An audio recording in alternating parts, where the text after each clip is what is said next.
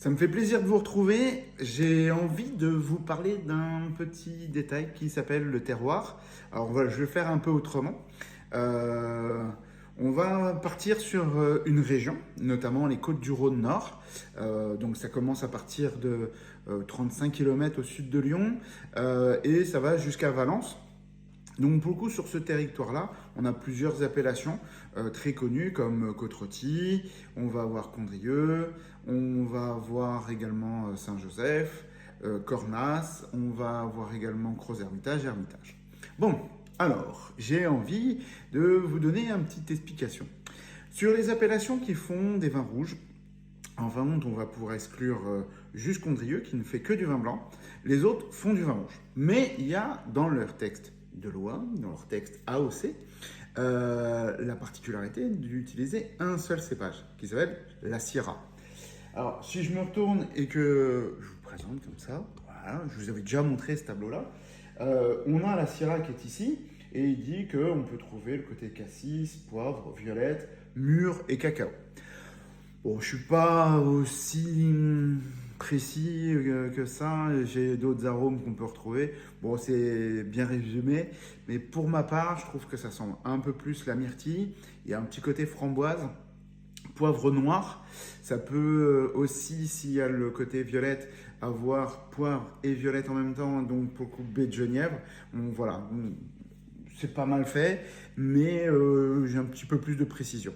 Bon, rien de grave. On s'entend et on se comprend encore. Maintenant, j'ai trois vins que je vais pouvoir vous présenter. Euh, D'abord, un Crozes-Hermitage. Donc c'est marqué là, Crozes-Hermitage. Alors des fois, on pourrait se dire, punaise, c'est quoi cette étiquette? Le vigneron, il a choisi une couleur particulière. Bah, en fin de compte, c'est la couleur de la peau du raisin Syrah. Donc c'est dans le côté marketing, ça marche plutôt pas mal. C'est le domaine de Laurent Combier. En tout cas, ça c'est la partie négoce, achat de raisin, mais quoi, location même de vigne. Maintenant, c'est de la 100% Syrah. Mais je suis obligé de vous expliquer que Crozes-Hermitage est sur des terroirs vallonnés, plutôt bien exposés en soleil levant, midi et couchant. Voilà, on est sur des argilo-calcaires, tout simple. Et il y a une belle expression de ce côté fruité.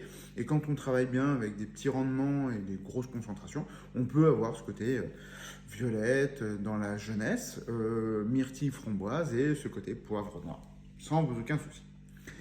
Maintenant, quand on rentre sur un terroir comme Hermitage, alors Hermitage, c'est une petite zone sur Crozes-Hermitage, enfin qui monte et qui est très pentue. Donc le terroir est un petit peu plus riche. Je vous explique pourquoi. On est en soleil couchant, on est sur des crasses de fer avec des calcaires à l'intérieur. Et puis, bon, je pourrais vous citer encore plein de choses sur la minéralité du terroir, mais ça ne va pas nous intéresser dans cet exemple. Mais par exemple, Hermitage, effectivement, comme il est très pentu, eh ben, enfin, il a plus de vent, donc le terroir sèche plus vite. Il y a aussi une particularité, c'est que la pluie ne peut pas se rester sur les terroirs. Donc pour le coup, je vais avoir une vigne qui va être plus en stress hydrique, donc elle va descendre plus en profondeur pour aller chercher de la minéralité. Maintenant, est-ce que les sols peuvent être percés? Ça c'est moins dit, mais bon, sur des crasses de fer et du calcaire, ça peut éventuellement s'insérer, pas très profondément, mais en tout cas avoir donné une bonne expression sur ce terroir-là. Donc là, pour le coup, on va avoir un vin qui est beaucoup plus riche, beaucoup plus gourmand. Je dirais que quelque part, je serais peut-être d'accord de parler du cassis, voire de liqueur de myrtille, avec un côté baie de Genièvre très prononcé, et une minéralité qui me donne plus de longueur en bouche que le Crozes-Hermitage. Voilà où est-ce que ça va jouer. Et puis après, j'ai un autre terroir que j'aime bien, qui est en face, qui s'appelle Cornas. Cornas, c'est une toute petite appellation. C'est vraiment tout petit. C'est même plus petit que Côte-Rôtie. On est à moins de 200 hectares. C'est toujours de la Syrah, sauf qu'on est pentu au même titre que Hermitage, aux alentours de 65 hectolitres, de 65% d'inclinaison. Sauf que lui, il est plutôt en soleil de midi. Donc plein sud, avec une grosse extraction. Et on a des terroirs, alors c'est pas tout à fait les mêmes. On va avoir un cumul entre du schiste et du granit qui vont se chevaucher de temps en temps. Et donc on va avoir des minéralités plus fortes. Par exemple là, dans les Cornasses, je trouve que c'est beaucoup plus costaud, des tanins qui sont plus affirmés, le côté myrtille est bien plus riche et le poivre, bah, il sort et il décuple.